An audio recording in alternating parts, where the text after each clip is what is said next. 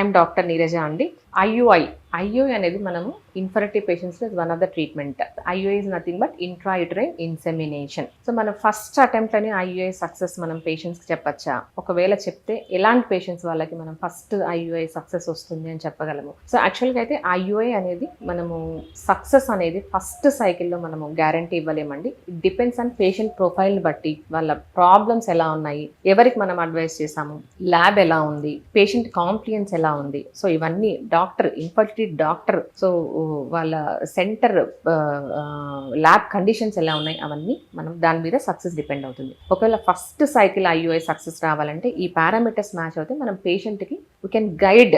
So first IUI is successful అని చెప్పచ్చు. Main ఏంటంటే పేషెంట్ క్రైటీరియా. సో మనం ఐయుఐ అడ్వైస్ చేసేప్పుడు main couple less than 30 years ఉండాలి. అండ్ సో ఫీమేల్స్లో ట్యూబ్స్ ఓపెన్ ఉండాలి, ఎగ్ రిజర్వ్ బాగుండాలి, ఇవన్నీ చూసుకుంటాం.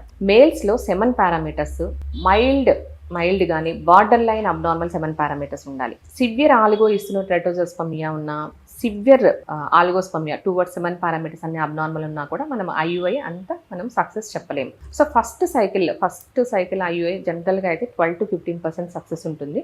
అండ్ సెకండ్ ఐయుఐ అయితే 15 to 18%, and almost third IUI అయితే 18 to 20% ఉంటుంది. సో మన క్యుములేటివ్ ప్రెగ్నెన్సీ అంటాం. ఈచ్ అండ్ ఎవ్రీ ఐయుఐ అయితే మనకు సక్సెస్ పెరుగుతూ ఉంటుంది. ఆఫ్టర్ 3-4 ఐయుఐస్ తర్వాత సక్సెస్ ఆటోమేటిక్గా డౌన్ అయిపోతుంది. ఆఫ్టర్ 5 ఐయుఐస్ తర్వాత ఆల్మోస్ట్ సక్సెస్ అనేది 5% ఉంటుంది. సో మనకు ప్రజెంట్ ప్రోటోకాల్ ప్రకారం మ్యాక్సిమం 3 ఐయుఐస్ మనం పేషెంట్ గైడ్ చేయడం జరుగుతుంది.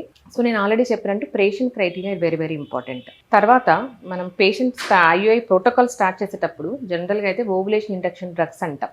సో ఎగ్ రావడానికి మనం మెడిసిన్స్ అడ్వైస్ చేస్తాం. So patient counselling very very important. So medicines ఏ టైం చెప్తే అదే టైంకి వేసుకోవాలి. అండ్ మెయిన్ కొన్ని హార్మోన్ ఇంజెక్షన్స్ యాడ్ చేయడం ద్వారా మెయిన్ ఎగ్ క్వాలిటీ మనము ఇంప్రూవ్ చేసుకోవచ్చు. సో మెడిసిన్స్తో పాటు కొన్ని హార్మోన్ ఇంజెక్షన్స్ అడ్వైస్ చేయాలి. ఈ హార్మోన్ ఇంజెక్షన్స్ కూడా కోల్డ్ చైన్ ఇంపార్టెంట్ అండి. ఎక్కడ పడితే అక్కడ తీసుకోకూడదు. ఒకవేళ తీసుకున్నా కూడా వాటికి ఎఫెక్టివిటీ ఉండదు. So cold chain important.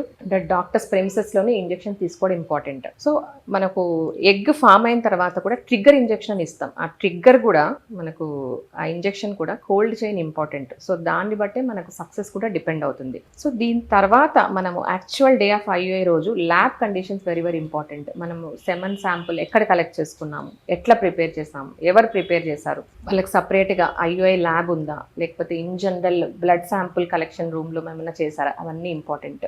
So before selecting IVF centre కానివ్వండి, ఐవీఎఫ్ డాక్టర్ కానివ్వండి, జస్ట్ మనము సెంటర్ని విజిట్ చేయడం చాలా చాలా ఇంపార్టెంట్. సో ఒకవేళ ల్యాబ్ పారామీటర్స్ బాగుండి, సెమన్ కలెక్షన్ బాగుంది, ప్రొసీజర్ బాగుంది, అంతా బాగా చేస్తే మనం ఐయుఐ సక్సెస్ అనేది మనము ఫస్ట్ ఐయుఐలోనే పేషెంట్కి చెప్పచ్చు. తర్వాత ఐయుఐ ప్రొసీజర్ కూడా ఇట్స్ సింపుల్ ప్రొసీజర్, అసలు పెయిన్ ఉండదు, డే కేర్ ప్రొసీజర్ అండి. అండ్ ఎప్పుడు మనం ఐయుఐ ప్రొసీజర్ చేసినా కూడా పేషెంట్కి పెయిన్లెస్గా ఉండాలి. ఒకవేళ పెయిన్ఫుల్ ఉంటే మాత్రం ఒకవేళ సక్సెస్ ఆటోమేటిక్గా తగ్గిపోతుంది. అండ్ పోస్ట్ ప్రొసీజర్స్ తర్వాత ఐయుఐ అనేది మనకు strict rules regulations after IUI తర్వాత అంత బెడ్ రెస్ట్ కానీ అవన్నీ ఏం అడ్వైస్ చేయము. జస్ట్ మెడికేషన్స్ ఉంటాయి, ప్రొజెస్ట్రోన్ మెడికేషన్స్, ఇంజెక్షన్స్ కానివ్వండి, క్యాప్సూల్స్ కానివ్వండి, జస్ట్ డాక్టర్ అడ్వైస్ చేసినట్టు టైం ప్రకారం వేసుకుంటే కూడా మనకు ఐయుఐ రిజల్ట్స్ బాగుంటాయి. సో వీటన్నిటి వల్ల మనకు ఐయుఐ అనేది పేషెంట్కి మనం గైడ్ చేయొచ్చు. మీకు ఎన్ని సైకిల్స్ పడుతుంది, ఫస్ట్ సైకిల్లో సక్సెస్ ఏంటి, సెకండ్ సైకిల్లో సక్సెస్ ఏంటి, థర్డ్లో సక్సెస్ ఏంటి, ఇవన్నీ మనకు